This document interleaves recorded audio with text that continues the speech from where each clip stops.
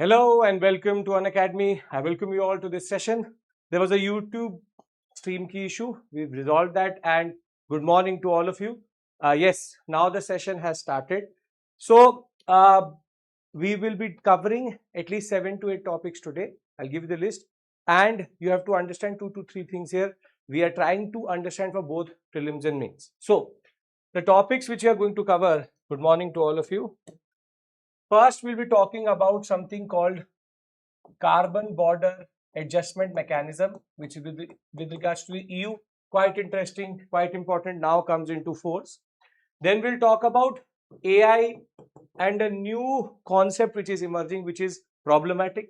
Then we'll talk about what the Supreme Court had to say about the Election Commission's SIR.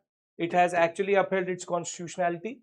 Then 4 to 5 small articles with regards to how the out-of-pocket expenditure has gone down.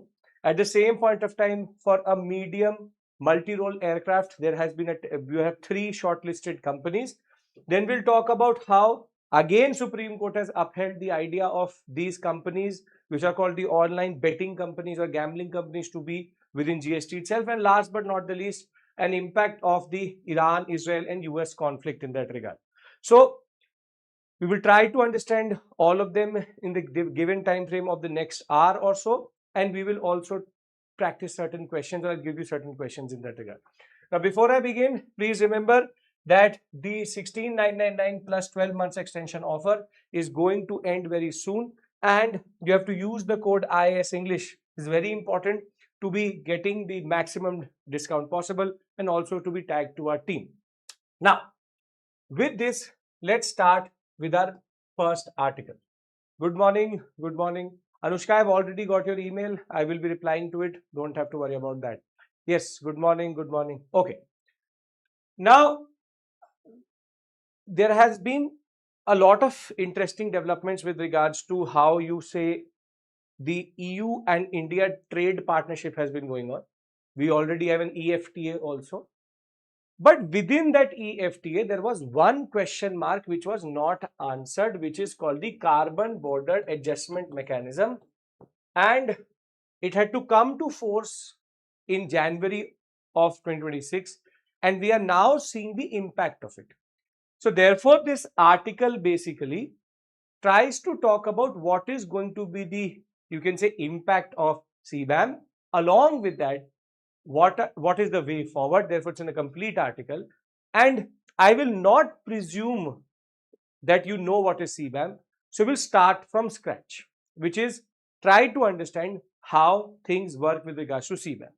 Now, the concept of carbon border adjustment mechanism is based on a very simple and straightforward assumption. For example, I am sitting in China. I am a producer of steel, and there is one producer of steel in Germany. Now the Germans, because they have more stringent climate rules, they have more stringent rules with regards to what is the carbon emission in that regard, and over and above that, how in a way they have to comply with heavier rules also. So when Germany with EU rules produces steel, for 1 ton of steel, for example, the cost comes out to be 100 euros. Comes out to be 100 euros. However, China, where there is, you can say, regulatory framework is not that problematic. It is more open in that regard. Steel can be produced for 50 euros in that regard. 50 euros in that regard. So therefore, they are producing for 50 euro and they are producing for 100 euro. So the competitiveness of the German steel in the global market goes down. And if this Chinese steel enters into the EU market, then it would again lose even domestic traction. So because of stringent rules of carbon emissions, the German factory can only produce at 100 euros. On the other hand, the Chinese factory can produce at 50 euros. And when the Chinese steel is going to be dumped into the EU economy, German steel will not sell. In order to undercut something like this, the EU has created something called the Carbon Border Adjustment Mechanism, or CBAM. Under this, what they check is not just the price, the origin, but also the carbon emissions of this steel or this 1 ton. And if it is entering into the EU market, it would then have to buy CBAM certificates, which would then bring its cost to £100 only, because they would have to buy 50 euros, rather not pounds, 50 euros of worth of what is called as CBAM certificates have to be bought.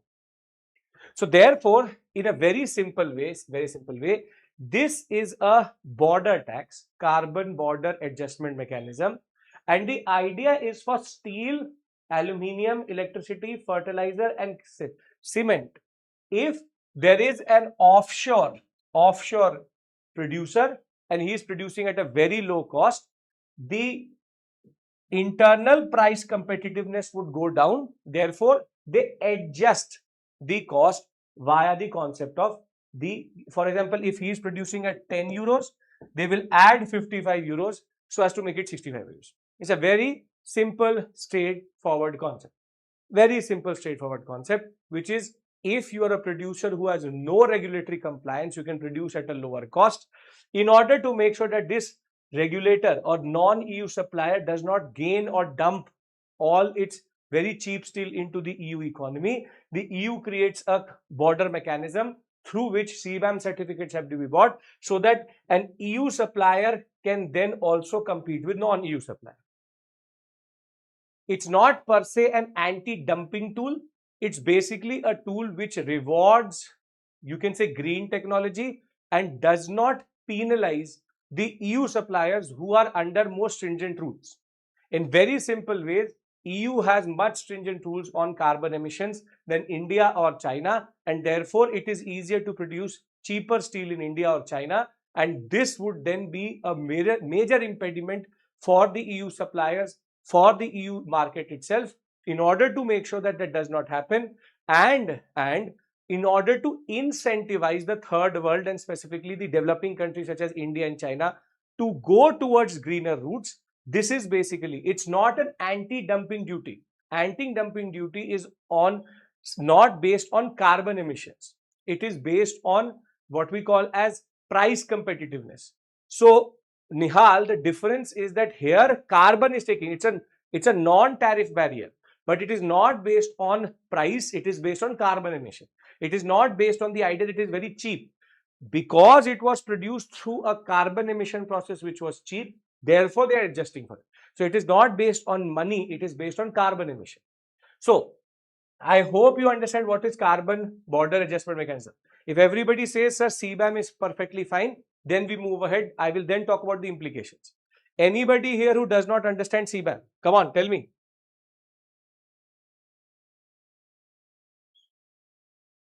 Anushka, I will reply to it, don't worry. Who is regulating this tax? EU. EU and EU border taxation. Yes, sir. Okay. Before I move ahead, again, very simple terms. In very, very simple terms, what is CBAM? It seeks to prevent carbon leakage by imposing carbon linked charge on import based on their embedded emissions. And therefore, steel, cement, aluminium, fertilizer, electricity, hydrogen have been mostly affected with this concept.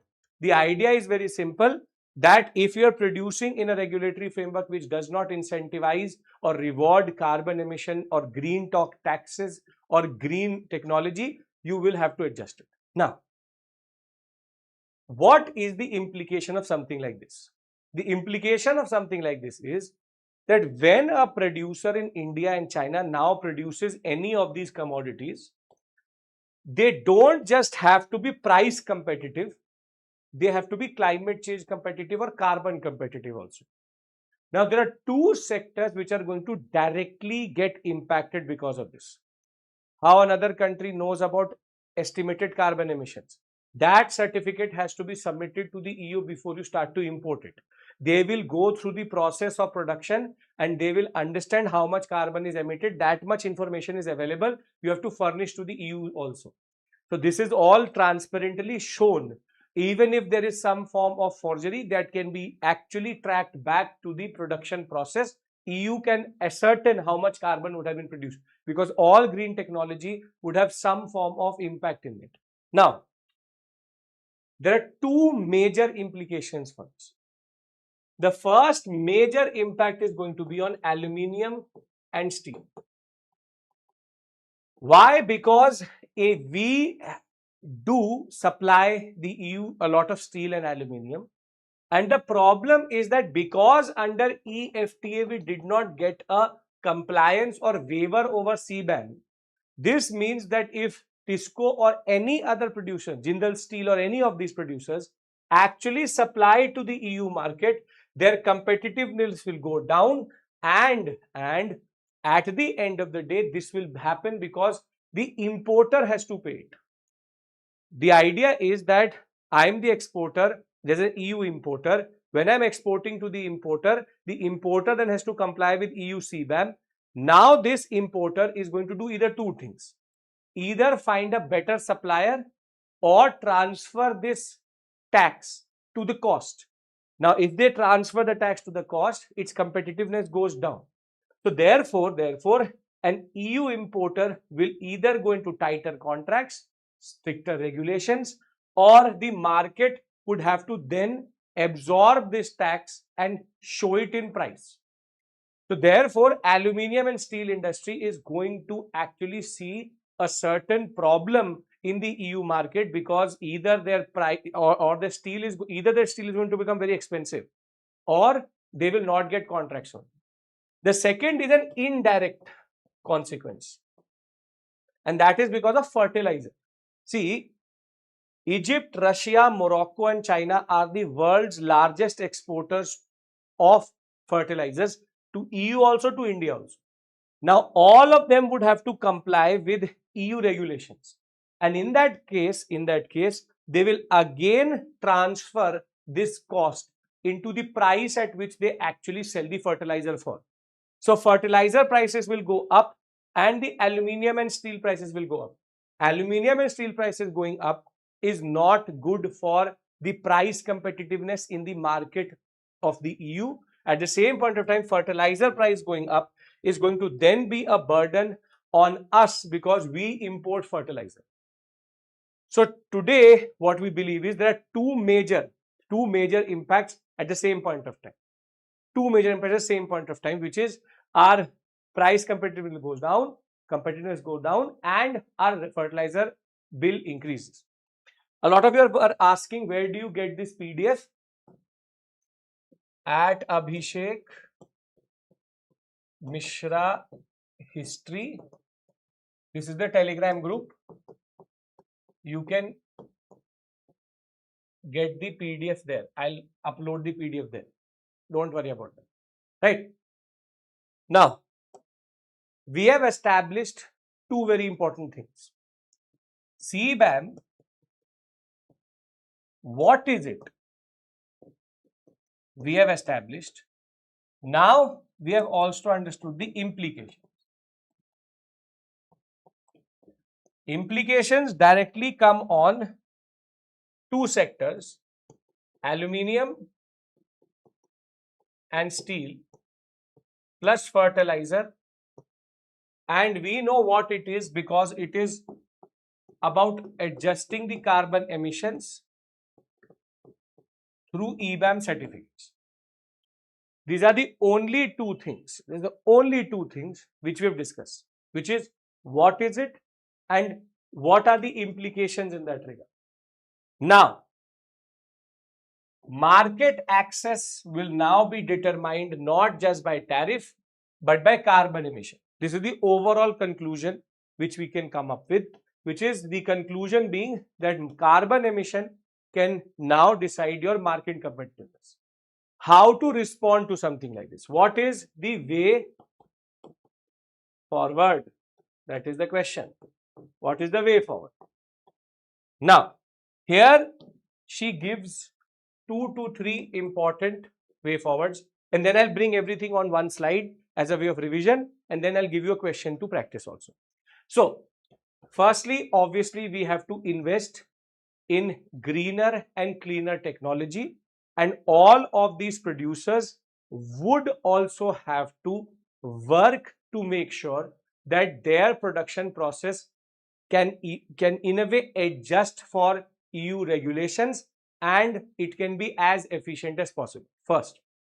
Second is obviously we have to also work on our fertilizer bill, because we are not a country which is known for its nitrogen in soil. So soil health cards and fertilizer profile should be understood, so that we can in a way import not at a, you can say, absurd amount or on an estimation, but know actually what is needed, so that we can basically have a buffer. We also obviously have to diversify our export direction and import direction.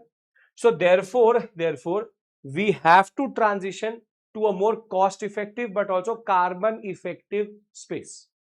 So what does this article tell us generally? It establishes that EU, because it wants to protect its internal market and also wants to reduce carbon emissions, it creates what is called as the CBAM certificate or carbon market. And within this carbon market, two sectors are going to suffer. The two sectors which are going to suffer is aluminium and steel, and the second is going to be fertilizers. Fertilizers prices are going to go up, and here prices are going to go up. Now the way to counter something like this is, here we have to bring in carbon efficient greener technology, and here we have to reduce import dependence. The idea, overall argument of this article is previously price plus, you can say, commercial factors plus non-tariff barriers used to decide. Now we have one more factor, which is carbon emissions also. The quicker we become conscious of this, the better it is for us as an exporter. I hope you get the overall. This is basically what you have to remember. This is how you make mind maps. I can have these mind maps already made, but I make it in front of you because it allows you to understand how to process all this information, right? These carbon emissions will be audited for CBAM. See, the way it works is, for example, I am Tata company, Tisco. I want to supply to a certain, for example, manufacturer in Germany, and I will obviously have an EU importer. Now, basically what happens is, when Tata will supply, for example, for 10 euros, this EU importer will have to reveal to the EU authorities that its source is Tata, how much CO2 was emitted. This has to be furnished by Tata to the EU importer. The EU importer will say to the EU authorities, okay, this emission, there is a difference of, for example, 5 euros. So then 5 euros worth of certificates have to be bought, and then it will be supplied. So the compliance is actually not on Tata, it is on the importer. When it is on the importer, it obviously has to, in a way, comply with the EU mechanisms. I hope you're getting this point.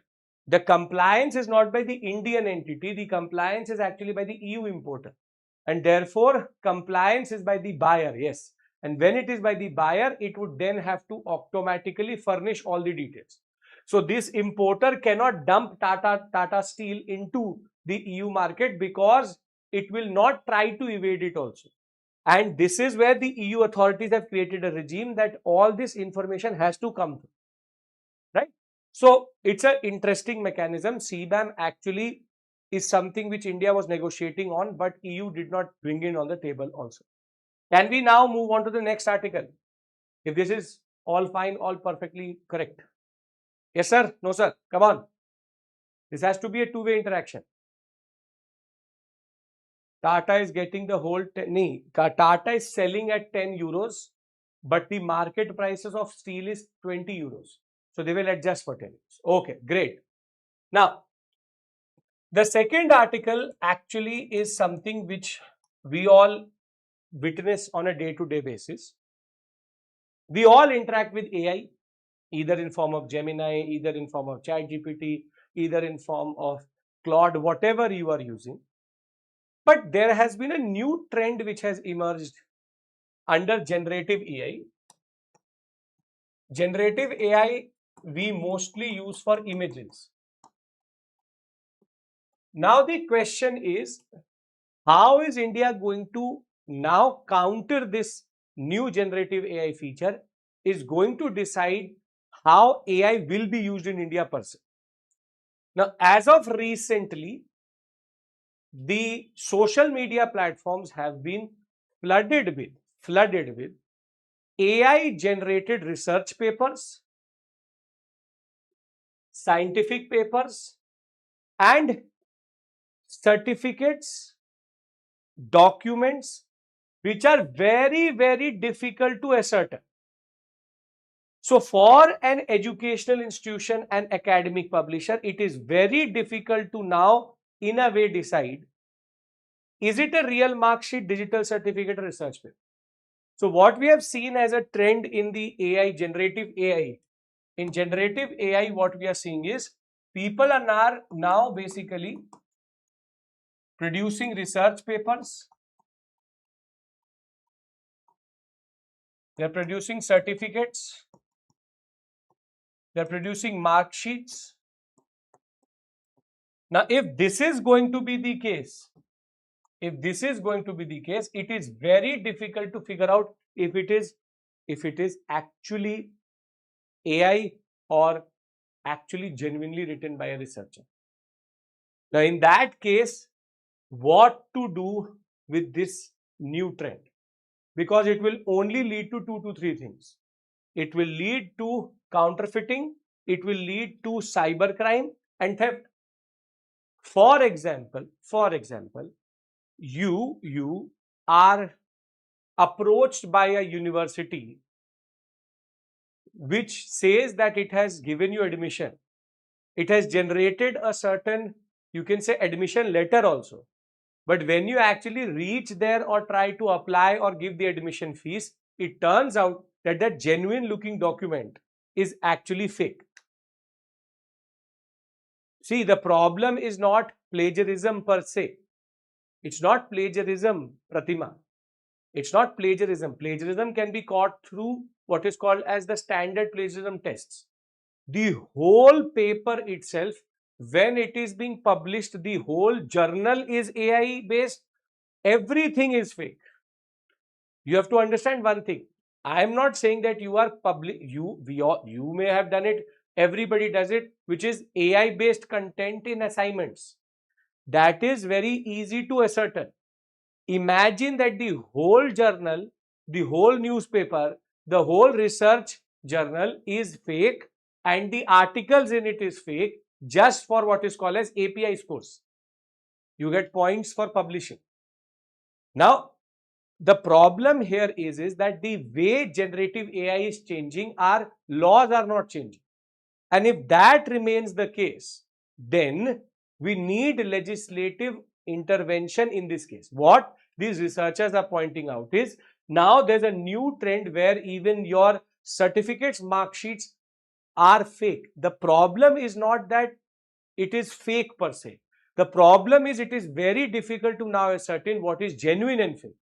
So what if, Pratima, you actually give a mark sheet which actually has all the right marks, but your same exact marks are quoted by an AI and it is given by someone else and there is some identity theft which is done in the university, you never got to know that somebody is actually using your certificates to actually study in your name with the exact same document which cannot be ascertained as fake also. These are the problems which are now being generated on a day-to-day basis. Or if you go to LinkedIn, you will find thousands of such people who are saying that I published in this, I published in that. And when the journals are fact checking, it is turning out that everything was AI generated. So what they argue is that there needs to be a sound legislative response to this emerging challenge, because AI generated content, if now starts to reach our courts, imagine that in the Sessions Court, Supreme Court, High Court, evidence is needed. What if the police, which can misuse its power, what if the accused, and what if the victim per se will not do it, but the accused can generate, for example, WhatsApp messages which never existed, generate content which never existed, which looks so real that it is very, very difficult to even ascertain that it is fake or not. Though the Supreme Court and High Courts are debarring, even discouraging a lot of the, you can say, lawyers to use AI generated content, but you never know. See, in this day and age, it is very easy to then create a regime which is purely fake, which is AI generated identity, AI generated educational qualification, AI generated, as one of you said, which is called AI based resumes. The person does not exist on paper. When you recruit that person as HRU, it turns out that the person has no skill set which has been set. If and the problem is not in that these people are faking it. The problem is you as a person who have actually gone through the arduous process of doing that BTech, doing that certificate, and now your certificate has no value because you have to prove that it is AI generated or not generated. It creates so many question marks that what happens is that it creates a whole regime of lies. So therefore, to be true in that system, it is very difficult. One change the government has already done in this direction, which is they recently amended the IT rules 2026 to mandate the disclosure of AI generated altered content through the video. In that, you get a certain 36-hour, you can say, window once it has been proved by the govt order or government notification that you have AI generated content. See, the problem with regards to Namaste, as you're saying, is can't we have AI detectors in courts? The question is, see, recently Google has launched a certain watermarking or AI stamping software. But the problem is China, Russia, every household has an AI expert or AI engineer. So therefore, the level at which, and the courts already are running in such a big backlog that if every document digitally submitted has to go through an AI detector, how do you train AI on that? I hope you understand the problem also. See, AI, generative AI creates things. AI, if has to be taught to detect AI, is even more difficult. And that too for documents in that regard. So the problem is, how do you train? The AI model is equally important. The basic point is, when you will be writing the mains this year or you are preparing for UPSC, we talk about cyber security and cyber challenges. This is part of that concept and regime where you have to understand that cyber security now has a new dimension. Meaning every document which is sent to you today, even by your own university, you don't know. And we have enough proof.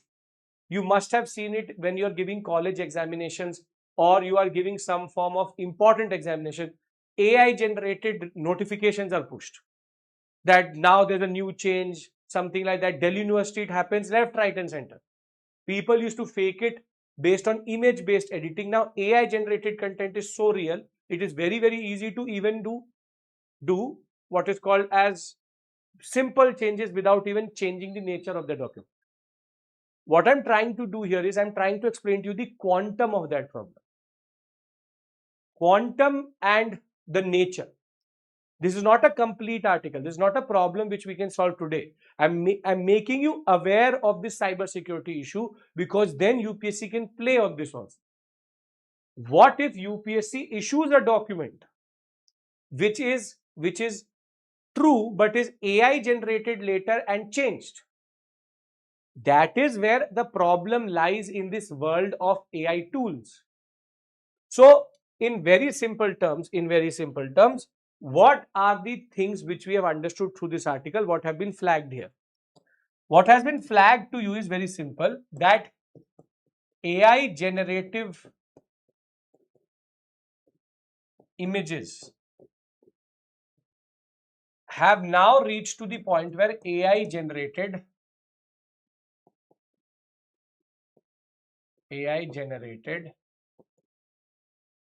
papers, documents,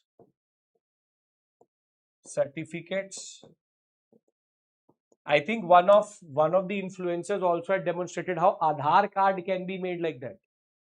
A fake Aadhaar card, looking purely genuine. Recently only, multiple people have demonstrated that a lot of the UIDI, DAI and even the voter ID cards can actually be generated on generative AI. A fake identity was generated in the form of a document which, when uploaded to a government portal, they were not able to even catch it. It was not incorrect, it was wrong or fake.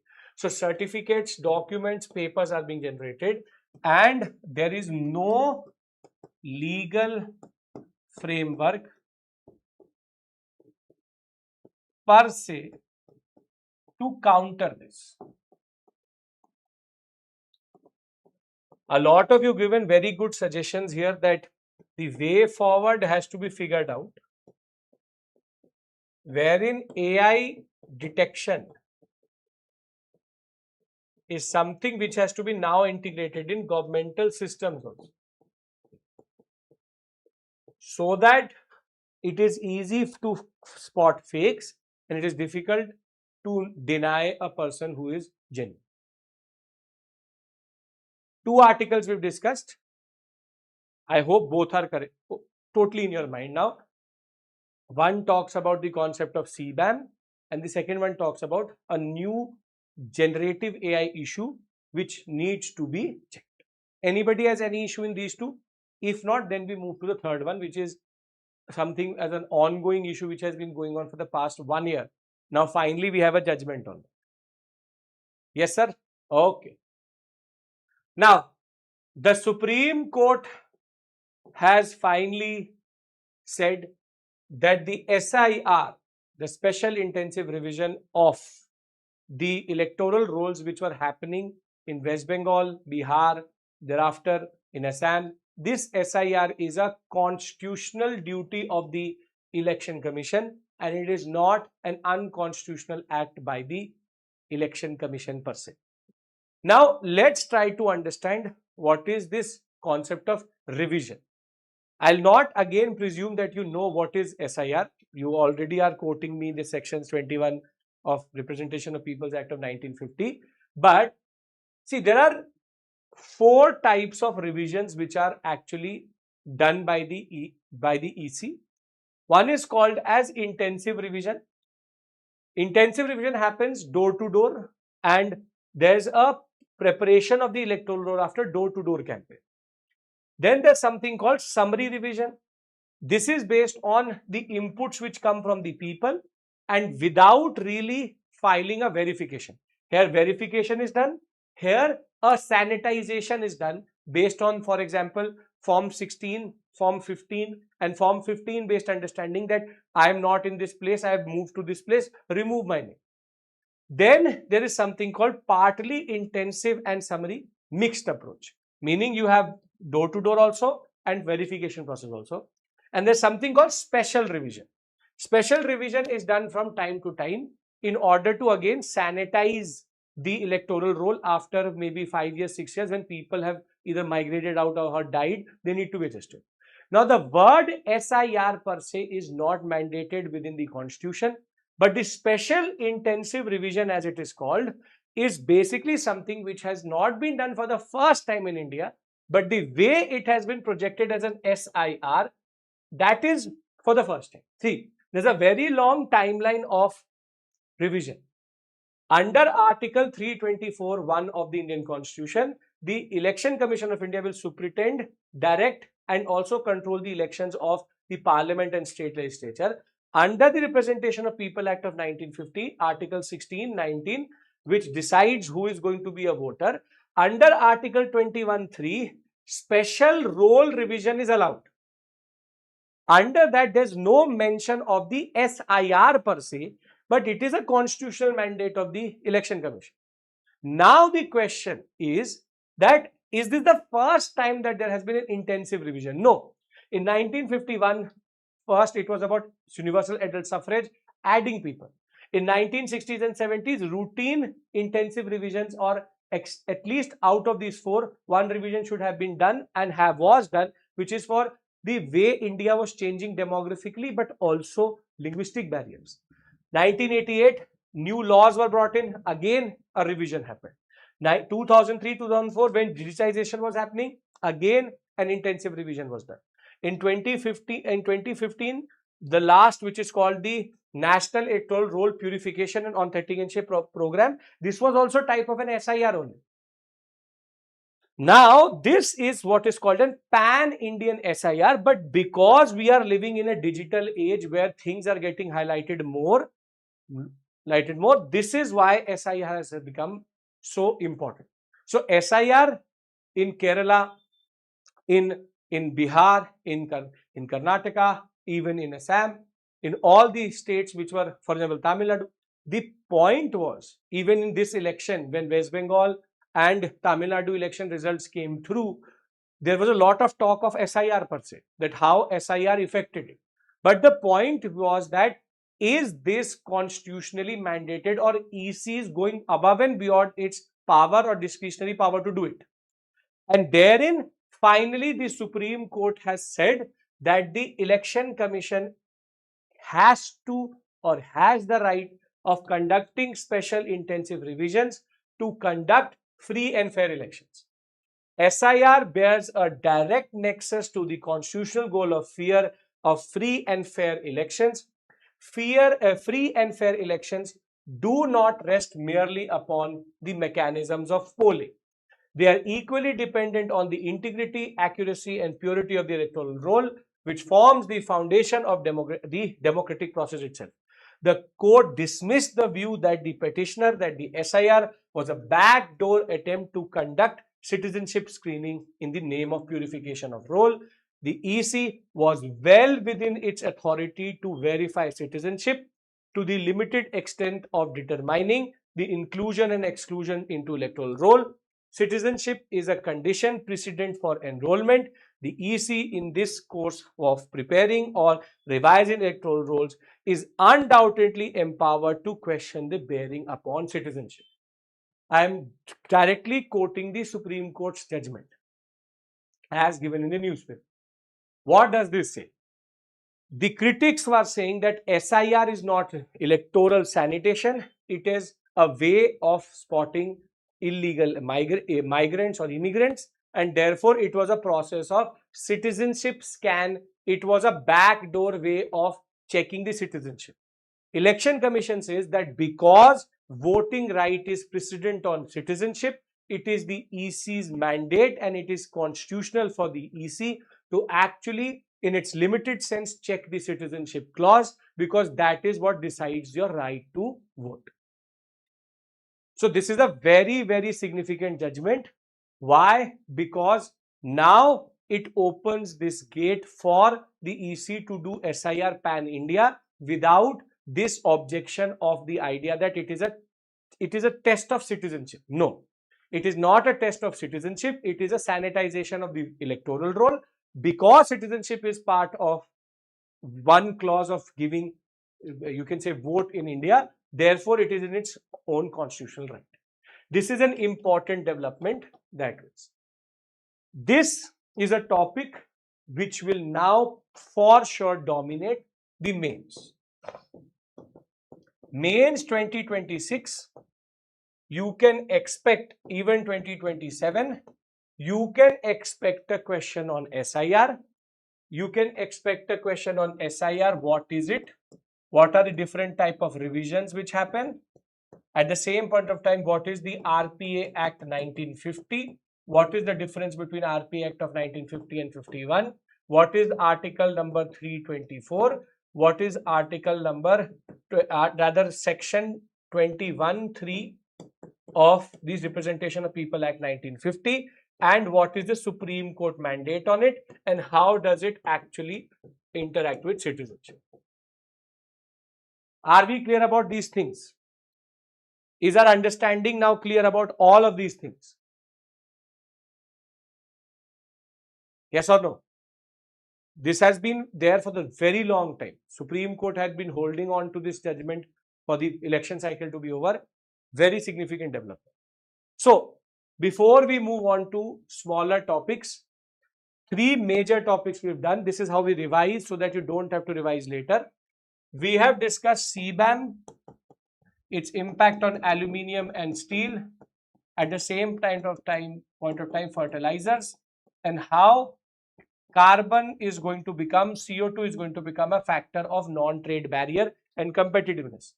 Second, we have discussed the SIR, how EC's SIR has been constitutionally accepted by the Supreme Court, and its connection with the concept of citizenship has not been seen as a problem per se, because 324 mandates it. RPA Act 21(3) of 1950 says that it is within its right, and citizenship is one of the criteria to give vote in India, and therefore the limited sense in which it checks citizenship is allowed and is correct. The third article we've discussed is on AI tools and generative AI, and a new problem for digital security, data protection and cyber security. 3 articles we've discussed. Anybody per se has a problem? Yes, no? You will get the PDF in the Telegram channel at Abhishek Mishra History. I'll share everything there. Don't have to worry. No? Okay. Now let's move to the smaller topics. The first one obviously deals with something called out-of-pocket expenditure. See, this article based on a recent report which has come through from the Union Ministry, the National Health Accounts estimates of 2022 and 23 vis-a-vis data of 2013 and 2014. So 22, 23 and 2013, 2014, within this 10-year span. What is the idea? What is the idea? The idea is that there is a shift. There is a shift where government expenditure has been going up. Government health expenditure is going up, and it has shown at the same point of time a consonant reduction in out-of-pocket expenditure of people. Out-of-pocket expenditure means if you don't have if you apply your insurance, if you apply all government subsidy, if you apply everything which is available to you in the health sector, and still you have to pay out of your pocket or from your personal expense, it's called out-of-pocket expenditure. Now, there's a lot of data here. Let's try to decode that data. The out-of-pocket expenditure of the total health expenditure in 2013-14 was 64%. It has been reduced by 21% to 43%, and therefore people are spending less out of their pocket. Government expenditure at the same point of time has marginally increased, but this marginal increase has allowed for this to go down, meaning with government expenditure on health increasing marginally, there's a major reduction in out-of-pocket expenditure. Health expenditure as percentage of government expenditure has also increased. So this increase is leading to this decrease. Per capita government expenditure has also gone up by close to 1500 to 1700 rupees. Now the government is spending 2786 rupees per capita, per person, which is allowing again the out of pocket expenditure to go down. Social security expenditure and even health insurance coverage is increasing. This is a good development. This is actually a good development because of health insurance, you can say health insurance share increasing. There is a, so because people either have the governmental support or insurance support, with this 9%, this 6% increase, this is allowing people to spend less out of pocket. So out of pocket expenditure is falling. At the same point of time, private health insurance coverage is increasing, government spending is increasing. So in a way, we have a consonant increase and decrease in that regard. Yes, in a very simple way, see, problem would have been that if government was spending more and people were also spending more, then there would be a conundrum what to do now. Because government is spending more and there's a reduction in people spending, that is in turn leading to a good development where at least we see increase by government with decrease of out of pocket. This is a good consonant development. Ayushman Arogya Mandir Wellness Centers is helping with 1.8 lakh operational centers. There is wellness centers who are expanding. The main driver of current out of pocket expenditure is pharmaceutical supplements, vitamins and protein products. Basically nutrition. People are spending on nutrition. That is the main spend there. Reason for declining is better public health care and National Health Mission working and Ayushman Bharat program working better. So out of pocket expenditure previously used to be for basic surgical or basic healthcare also. Basic healthcare is sorted, but at the same point of time, out of pocket expenditure is now based more on nutrition. So in very, very simple terms, Government of India spending is going in the right direction because people are spending more on nutrition than on basic healthcare. Moving on to the second smaller article, prelims based, just an update for you. The Supreme Court has confirmed that the constitutional validity of GST being applied on online gaming is correct. It has upheld the constitutional validity, as they are saying that this is not a game of skill but rather of uncertainty, involves uncertain outcomes, betting, gambling. Therefore, because it is betting, gambling in a way, GST regime will be applied on it. And therefore, whatever Dream 11, basically, that whole Dream 11 issue is basically now going to get resolved via the concept of Supreme Court judgment. Then, we have been looking out for an advanced medium combat aircraft for a very, very long time. And now 3 companies have been shortlisted to produce that. We have Larsen & Toubro Bharat Electronics Limited combined, Tata Advanced System and Bharat Forge and BEML Consortium. These 3 companies have been actually shortlisted as bidders for a combat aviation aircraft. HAL has been kept outside this purview because HAL already is part of a very important project, which is Tejas project. So therefore, we are moving towards more self-sufficiency, Atmanirbharta, and what is called as Make in India for a medium combat aircraft, basically below a 4th and 5th generation, rather below a 5th generation, above a 4th generation, bigger than Tejas. The biggest issue which we are seeing is engines as of right now. Engine technology has to be figured out, and for that we are now bringing in private players. Now, the last thing which I want to point out before we end this session, and I hope that this division is totally fine for you, I'll give you 2 to 3 questions for practice, is that there has been a substantial decrease in the number of domestic aircrafts which will be operated by the 3 main carriers, which is Air India, Air India's Air India Express and also IndiGo, because of the airline turbine fuel costs to go up by 25%, and you may be seeing that there are less flights more expensive flights available from now on, which is a significantly problematic development, a fallout of the Iran, Israel, and US, you can say, misadventure which is happening as of right now in the Gulf. Now, before I end, remember that the Elevate batch is going to start on 1st of June, where I'll be starting Modern India and Mukesh sir Indian Geography. And I have already told you the 1699 offer is available. If you want to join Unacademy, use the code IS English. Remember that we have seen a whole plethora of different articles, from AI to the concept of CBAM to the concept of SIR to online betting, and these three articles basically are our mainstay, mains level orientation. On the other hand, online betting, ATF fuel, the advanced medium aircraft mechanism understanding, all of this is again for your basic updates in that regard. Now, before we leave, one simple question for you so that you can practice.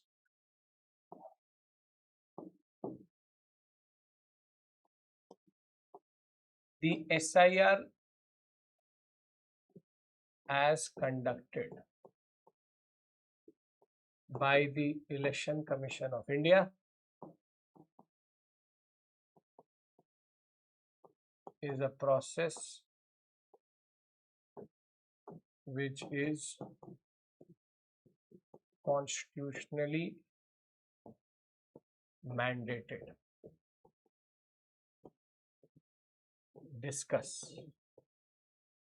If you can answer this question, you may have to add the recent development in that, right? What we have discussed today.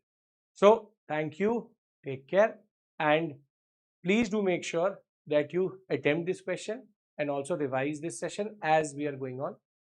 Thank you, take care, bye-bye.